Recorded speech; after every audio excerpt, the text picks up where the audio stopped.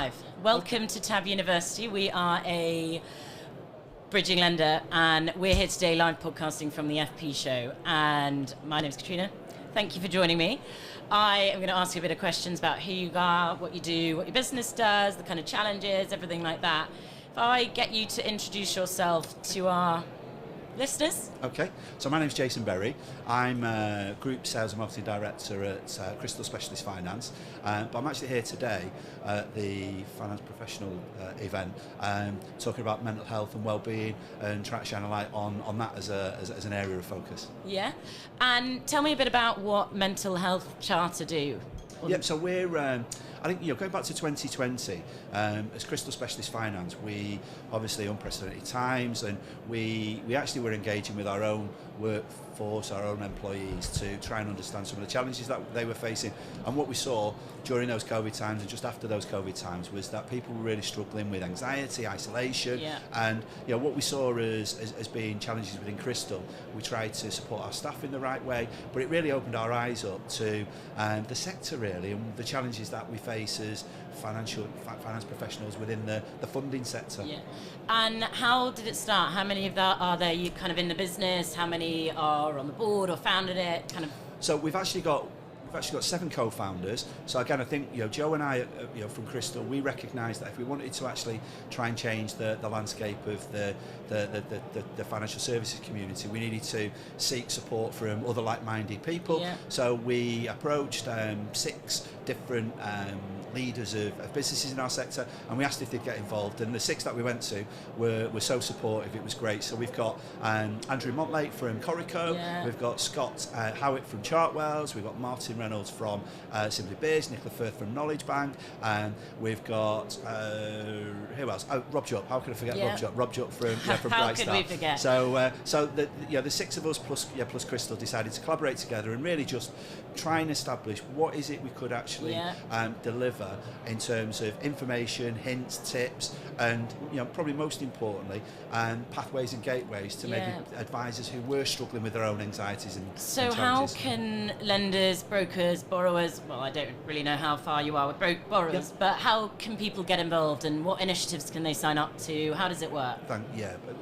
Really easy really. So to become a signatory, it's firms rather than individuals, so we're looking for firms to become a signatory, and all they've got to do is go onto the MIMHC website, which is www.mimhc.co.uk, and basically very simple information submission to complete. It takes about 20 seconds, and that will pledge to have mental health and wellbeing on your radar. That's all it's doing. It's free, doesn't cost anything, but it just pledges that you will have as a company mental health and wellbeing on your radar. Of course. And how do you hold, how do you hold firms accountable for actually, it's great you can pledge that you're going to do that, but how can you turn that into actually firms making the commitment and then taking it right through to the end and saying, look, this is the package we offer our staff to support mental health and to support anything that you need? It's a really good question, that, and I think what we found with companies that have become signatories, each have their own, infrastructure. Some are more advanced than others. I know MAB were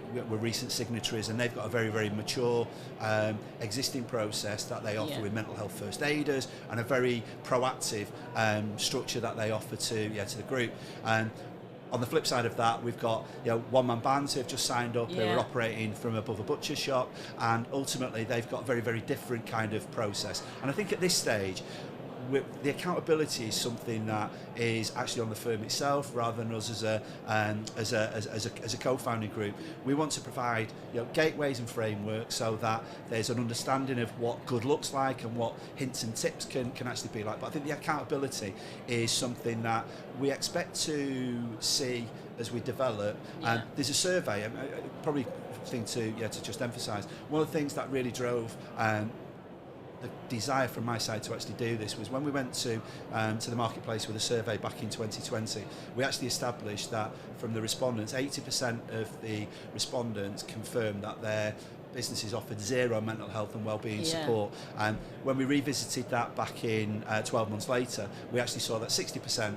So there'd been an improvement, but we still got 60% of the firms or the people who've been surveyed indicating that their firm offered zero mental health or wellbeing support. So my accountability, Yeah. my driver at this at the moment is to drive that 60% so it gets down to zero, and we've got every company within financial services delivering that that kind of conversation topic. I reckon, no doubt, we probably, as Tab, has probably already signed up as we're doing this. I have a couple of questions that the audience have been entering live. Great. So I'm going to say anonymous. They're all anonymous. Funny that. Jason, what is the best way to encourage open and communicative culture within a company? Look, I think one of the strap lines of the MIMHC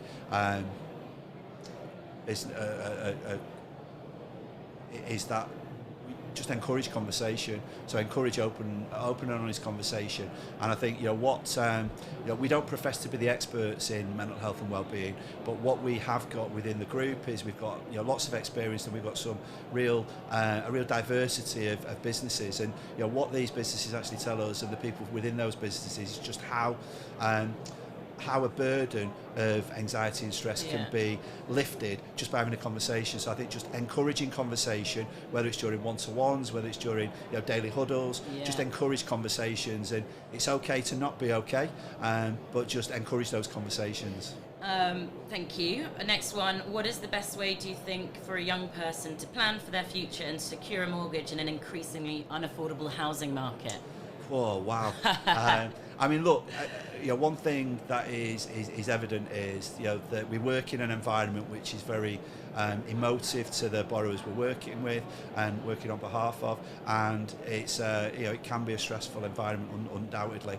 That macro environment that's at play at the moment, with all the cost of living challenges in Ukraine, etc., is going to put increasing strains on affordability, and we're also going to see, I think unfortunately, impaired credit increasing, just because of the pressures on income and expenditure.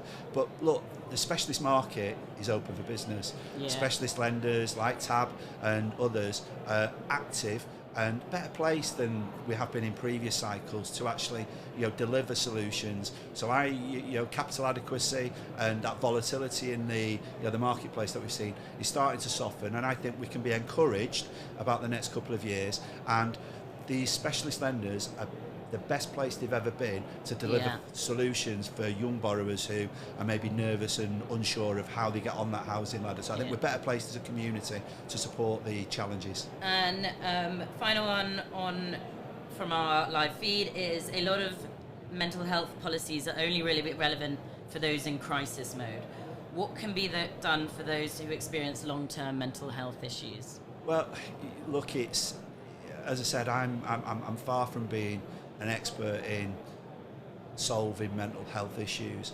What I do know is that from my own personal circumstance and people I've engaged with, is that starting a conversation, indicating that it's okay to not be okay is really important. And I think as a group, what MIMHC have to do is just make sure that there's reference material, these landing pages, these pathways, these gateways that provides routes to the experts. And on our website we have exactly that. So I'd encourage specialist lenders to sign up, I'd encourage brokers to sign up, and I'd encourage people to use the free resource that we've got with the website, and we will be able to connect, or you will be able to connect to the people who can deliver far better advice than I can ever profess to deliver. Well, all of your details to access will be in the show notes post the show, and they're in the chats at the moment, I believe.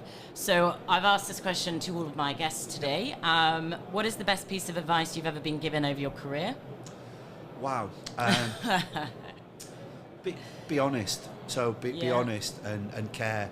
So look, I'm passionate about customers, borrowers getting advice, getting financial advice. I don't like robo-advice, I don't like aggregators, and I believe even in a digital world that's coming towards us and continues to improve, this biggest commitment that applicants are going to make with the purchase of a home, they need specialist advice. But as an advisor and as a lender, just be honest and just care about what we do. And finally, you're having a dinner party and there are yourself. I will be in attendance depending on what the next question is going to be. What 3 guests will you invite? Whoa. Well, obviously my Dead wife. or alive? Obviously my wife. Yeah, Oh, I'd make sure my that's wife was. lovely. Yeah, my wife Shout was there. out. Yeah, I hope they're watching on the live stream. So my wife. Look, I love sport. I would have loved to have spent time with Muhammad Ali. Yeah. One of the greatest. And then certainly I like people who battle and succeed against the odds. So the third person would be Nelson Mandela.